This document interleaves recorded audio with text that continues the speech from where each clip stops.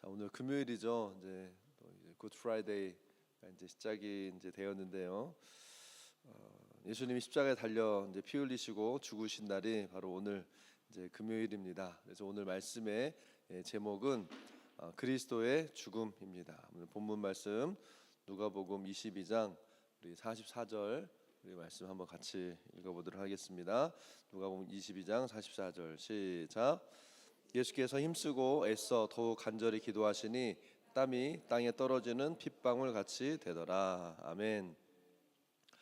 우리가 이게 초대교회 역사를 이렇게 보다 보면요, 빠지지 않고 보게 되는 그 이야기가 있습니다. 이게 뭐예요? 순교의 이야기이죠. 신앙을 지켜가기 위해서 순교했던 이 초대교회 순교자들의 이야기를 우리가 볼 수가 있습니다. 그들의 이야기를 보면 이분들은요, 마치 죽음을 환영하는 듯한 그런 인상을 우리가 받게 돼요. 마지막 순간에도 막 기쁨으로 찬송을 부르면서 죽어갑니다. 어떤 사람들은 나무 기둥에 묶여서 막 기름이 온 몸에 뿌려지고 막 불이 붙어가지고 화염에 막 쌓이는 그 순간에도 그들은 이 자신의 몸을 감싸는 이 죽음의 불길을 두려워하지 않았어요. 사자들에게 찢기면서도 미소를 잃지 않는 그 사람들이 너무나 놀라운 거죠. 어떻게 이 사람들은 이렇게 죽어갈 수 있는가? 근데 오늘 우리가 살펴볼 이 예수님의 모습, 겟세마네 동산에서 내 아버지여 만일 할만하시거든 이 잔을 내게서 지나가게 하옵소서. 이 예수님의 모습은요, 이 초대교회 이 순교자들의 모습과 달랐다는 거예요.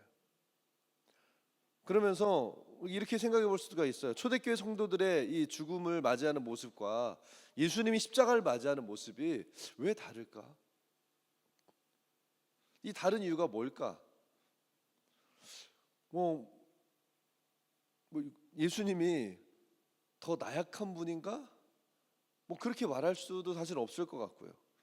아니면 초대교회 성도들이 예수님도 가지지 못한 어떠한 그 더 큰 믿음을 가졌다고 말하는 것도 좀 상식적으로는 우리가 이해가 되지 않는 부분들입니다. 여기서 우리는요, 예수님이 직면하신 죽음과 초대교회 성도들이 마주하는 죽음과의 이 차이를 발견할 수 있게 됩니다. 예수님이 이 잔을 내게서 지나가게 하옵소서라고 기도하셨을 때 이 예수님이 생각하신 이 죽음은요, 단순히 그냥 육체적인 죽음이 아니었다는 거예요. 예수님은 순교자들이 견뎌야 됐던 그 죽음보다도 훨씬 더 끔찍하고 무서운 죽음을 맞이하셔야 됐습니다. 십자가 앞에서 예수님의 그 마음 안에는요, 절대 고독과 짙은 어두움이 들이기 시작했다는 거예요. 예수님의 죽음은 순교자들의 죽음과는 차원이 달랐어요. 순교자들에게 이 죽음은요, 이제는 이 세상의 고통을 끝내고 이 땅의 차원을 끝내고 하나님께로 나아가는 영원한 삶의 통로였죠. 이들은 영원한 생명에 대한 그 확신 가운데 죽음을 맞이했어요. 그런 확신 때문에 죽는 순간에도 찬송가를 부르면서 승리를 외칠 수 있었던 것이 바로 이 순교자들의 죽음이었습니다. 근데 겟세마네로 이 발길을 옮기시는 예수님의 마음은요, 순교자들의 이 마음과요 달랐다는 거죠. 마태복음 26장 38절에 이 제자들에게 예수님이요, 내 마음이 심히 고민하여 죽게 되었도다 이렇게 말씀하실 때 이 예수님은요, 이 자기의 영혼을 곧 삼켜오게 될 이 고난과 슬픔을 정말 처절하게 느끼고 계셨던 거예요. 여러분, 예수님이 항상 그런 생각으로 사시는 분이 아니었어요. 예수님은요, 항상 하나님의 사랑을 느끼면서 하나님과 함께 하셨던 분이 예수님이세요. 아멘. 겟세마네 가시기 전에 이 마지막 그 예수님이 제자들과 함께 말씀을 나누시는 그 장면 가운데서도요, 그 요한복음 14장 1절과 2절에 보면 주님이 뭐라고 하시냐면, 너희는 마음에 근심하지 말라. 하나님을 믿으니 또 나를 믿으라. 내 아버지 집에 거할 곳이 많다. 그렇지 않으면 너에게 일렀으리라. 내가 너희를 위하여 거처를 예비하러 가노니. 주님은요, 제자들한테 근심하지 마라, 염려하지 마라, 막 소망을 주시면서 말씀을 하시는 거죠. 그런데 그리고 나서 당장 본인이 이 겟세마네에서 올라갈 때는요, 마치 집을 잃고 갈 곳이 없는 사람처럼 정말 심각한 외로움과 고독함이 그 예수님의 그 영혼을 뒤덮는 것을 우리가 보게 됩니다. 이 예수님의 이 마음은요, 진짜 그냥 죽음, death, true death, 이 죽음이라는 말밖에는 그 순간을 설명한 말이 없을 정도로 예수님은 세상의 죄를 위한 대가로 자신의 빛, 자신의 생명이 점점 사라지는 그 순간을 감당하셔야 됐다는 거예요. 여러분, 성경에는요, 믿지 않는 사람들이 바깥 어두운 곳으로 쫓겨날 것이다 라는 얘기들을 여러 번 하고 있습니다. 바깥 어두운 곳, 그게 어디예요? 생명도 없는 곳, 빛도 없는 곳, 그냥 죽음만 있는 곳. 그런 죽음이 예수님의 영혼을 지금 이 겟세마네 동산 앞에서 사로잡기 시작했다는 거예요. 어쩜 우리로서는 어떻게 예수님이 그럴 수 있는가 이해할 수 없을 수 있어요. 바깥 어두운 곳에서 슬피 울며 이를 갈아야 될 운명, 바로 그 운명이 예수님에게 지금 다가오고 있었던 거예요. 예수님은요, 우리를 대신해서 지금 그 길을 가고 계신 겁니다. 그렇기 때문에 예수님이 걸으셨기 때문에 우리가 그 길을 가지 않아도 되게 된 거예요. 사랑하는 여러분, 이건 어떤 이론이나 어떤 가상현실이 아니에요. 많은 사람들이 이런 얘기하면 어떤 그런 판타지와 같은 그런 상상력을 동원합니다. 근데 이것은요, 그냥 가상현실이나 판타지가 아니라 예수님이 마주하셨던 죄로 인한 죽음의 진짜 현실인 거예요.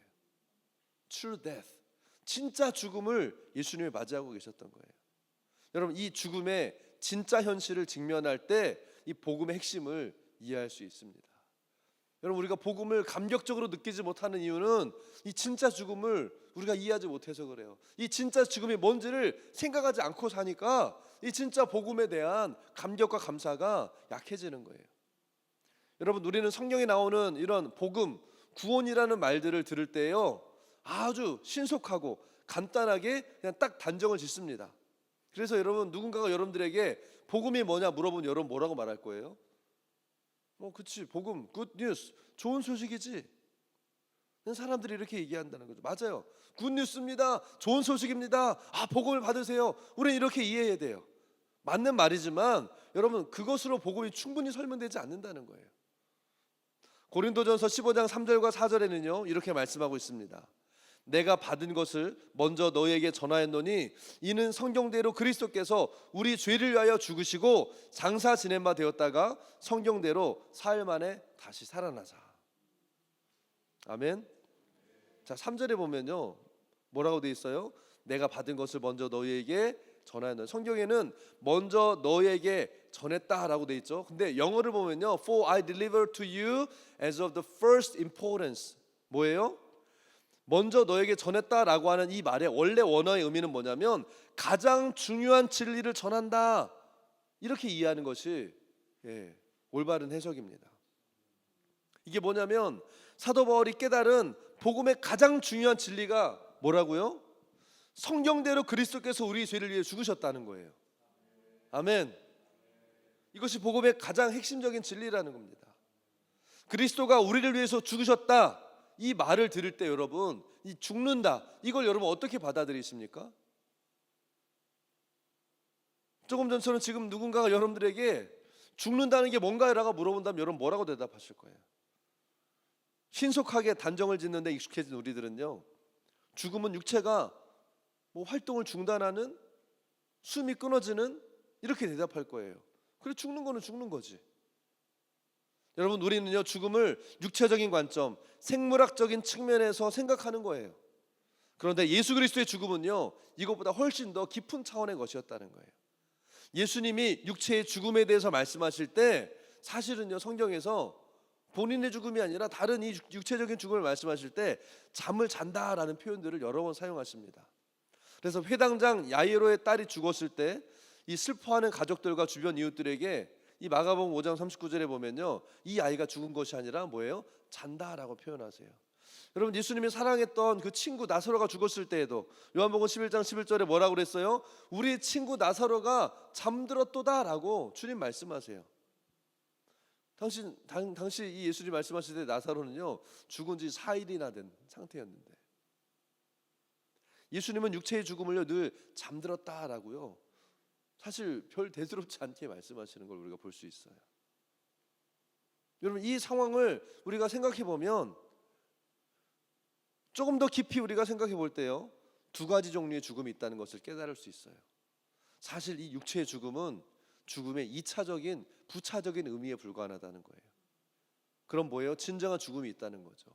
오늘 예수님이 마주하고 계시는 이 진정한 죽음의 의미, 이 궁극적인 죽음은요, 그것보다, 우리 육체적인 죽음보다, 숨이 끊어지는 죽음보다 훨씬 더 두렵고 끔찍한 차원의 죽음이라는 거예요. 사실 이거는 어떻게 보면 경험해보지 못한 사람들은 이해할 수 없는 죽음인 거죠. 근데 만약에 우리가 이것을 경험한다? 사실 그러면 더 이상의 이 소망은 없는 거예요. 바깥 어두운 데 슬피 울며 이를 갈 수밖에 없는 그런 죽음과 비교해 보면 이 육체의 죽음은요, 단지 그냥 잠을 자는 것에 불과하다라는 거죠. 여러분, 예수님은 진정한 죽음을 당하셨습니다. 아멘. 요한복음 8장 51절에서요 주님 뭐라고 말씀하세요? 진실로 진실로 너에게 이르노니 사람이 내 말을 지키면 죽음을 영원히 보지 아니하리라. 예수님께서 이렇게 말씀하신 이유는요, 육체적인 죽음을 가리키는 것이 아니에요.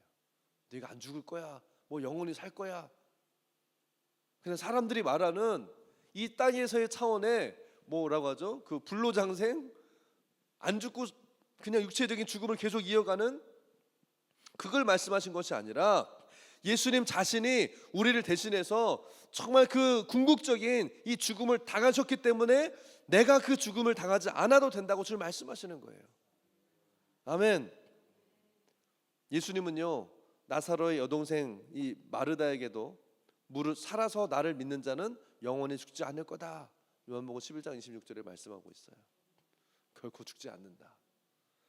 내가 너의 죽음을 담당했다, 그러므로 너는 그 죽음의 길을 가지 않아도 된다라고 주님이 오늘 말씀하시는 거예요. 예수님이 그렇게 고민하여 죽게 되었다라고 말씀하셨던 그 당시에 그 순간은요, 내가 이 길을 가기 때문에 너는 이 길을 가지 않아도 된다라고 말씀하신다는 거예요. 여러분, 주님이 십자가에서 이루신 이 구원의 역사 때문에 우리는 영원한 죽음, 궁극적인 죽음, 바깥 어두운 데 던져져서 슬피 울며 이를 갈게 되는 영원한 죽음을 피할 수 있게 됐다는 거예요. 아멘. 이 진정한 죽음을 우리가 경험한다면 이제 끝이겠죠. 이 진정한 죽음에 대한 의미를 우리가 생각하고 이해할 때 진짜 복음의 그 의미와 또 감격을 회복할 수 있게 되는 것입니다. 사랑하는 여러분, 이 진정한 죽음, 궁극적인 죽음을 예수님은 이것을 경험하셨지만 우리는 그와 같은 죽음을 결코 경험하지 않을 거예요. 경험해서도 안 됩니다. 아멘. 그렇기 때문에 주님이 오신 거예요. 우리가 결코 경험해서는 안 될, 우리가 결코 가서는 안 될 그 길을 주님이 막으시고 대신 그 길들을 가시기 위해서 주님이 이 땅 가운데 오셨다는 거예요. 예수님은 회당장 야이로의 딸이나 나사로처럼 잠을 잔 것이 아니라 실제로 죽음을 경험하신 겁니다. 그분이 그토록 깊고 어두운 죽음을 경험하신 이유는 바로 우리 때문이에요. 우리의 죄 때문에 예수님은 죽음을 경험하신 거예요. 오늘 우리는 내가 맞닥뜨려야 될, 내가 경험해야 될, 내가 받아들여야 될 그 진짜 죽음을